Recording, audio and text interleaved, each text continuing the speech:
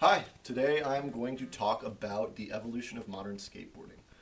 Skateboarding's always been very interesting to me because it was, what I spent a lot of my time doing when I was in middle school and high school, and it made me feel like I was good at something that wasn't like football or tennis or something all the other kids did. So, three facets I want to talk about today. The first being the evolution of the board itself and the way it's changed and evolved over the years. Second being competition styles and the way people compete at skateboarding and the way that the norm has changed for tricks and stuff like that. And finally, I want to talk about the way society reacts to skateboarders. So to start off, the board began as basically a piece of oak or maple or any kind of hardwood that kids would get a hold of, carve into roughly a board shape like a surfboard. Sidewalk surfing was what skateboarding started as, and they'd cut a roller skate in half and fasten the wheels to the bottom. This was very primitive, and the wheels were made of clay, and if you hit cracks or rocks or bumps or anything, you were going to fly off the board and hurt yourself. So that led a really clever dude to create Cadillac wheels, which are polyurethane wheels, which could go over a lot more, rough terrain, and you'd be okay on your board. And I got that from skatelog.com. Next big evolution we see in the skateboard is the kicktail.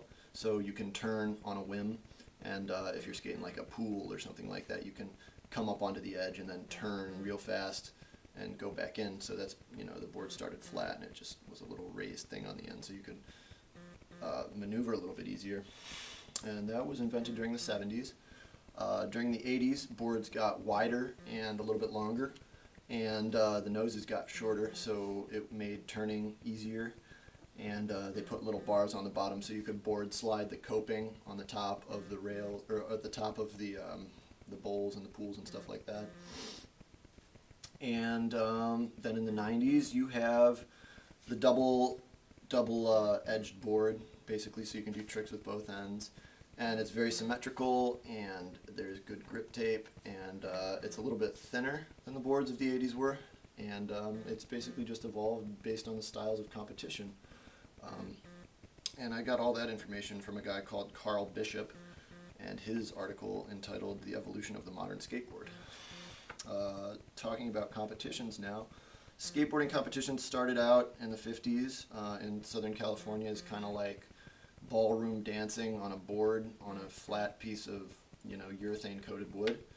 And people were doing spins, and they were like doing handstands on their board and just kind of corny looking stuff. So in the mid-60s in Santa Monica, this was like the biggest push forward in skateboarding, I guess, were these guys called the Z-Boys.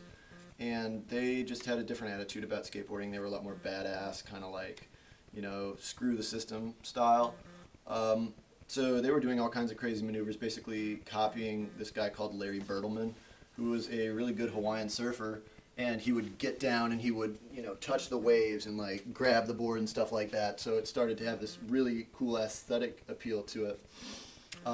So basically competitions in their day were surfing style on a skateboard. From there, competitions started being more based on doing spins and doing tricks in the air coming out of a pool. And that's what you score points for. And then the most modern incantation, obviously, we've got like the X Games, like Tony Hawk, everybody knows about that, which are, it's vert skating, strictly vert skating, which is when you come out of the half pipe, do a trick, and then keep on riding. And that's the big televised one. And then you also have like street skating, which is doing tricks, or riding rails, or, just riding along the street looking awesome. And that's kind of where skateboarding has come from and where it's going, and it's changing all the time because people keep skating and people keep coming up with new ideas for it. And that's really the refreshing thing about skateboarding, is that it's all very homemade and very, unique, I guess. And I got that information, not the unique information, but the styles of competition, from a movie called Dogtown Z-Boys by Stacy Peralta. And the next thing I want to talk about is society's reaction to skateboarding, which, it started out as a kiddie fad. Nobody cared about skateboarding. Skateboarding wasn't for rebels or punks or anything like that. It was an after surfing activity, and there was no culture involved or anything like that. And then when the Z Boys, who I spoke about earlier, came along, they added their aesthetic to it, and that it basically went in that direction. You know, skaters are rebels, skaters are dropouts, skaters are losers, failures. You know, everything you want to call them or whatever. Because it was a go nowhere activity. There wasn't professional skateboarders. There weren't people getting paid a lot of money to do what they love back then. So it was a very kind of, you know, screw you attitude toward everybody. And, you know, they listened to punk music and they were anti-establishment. And then, you know, the police didn't like them. Skateboarding gets banned everywhere. And it starts to be a problem. And then nowadays, you know, you have a legitimized skateboarding industry, basically. And it's supported. And, I mean, cops will still give you hell if you're skating downtown or whatever. But, you know, it's looked at as kind of like an equalizer now, because it's a very big worldwide activity, and you know, skateboarding is recognized as a sport now, so it's legit. And I got all that from skatelog.com as well. Concluding, I love skateboarding. You can see that the board's come a long way. I wish I had all of the models to show you and stuff, but unfortunately I only own one board. And you know, it's going to come a long way. It's been 50 years since it started. It's come a crazy long way already, and you know, it's so individually innovative that great things are bound to happen. So you just got to grab your board, get out there, and you know, go skate or die. Thank you.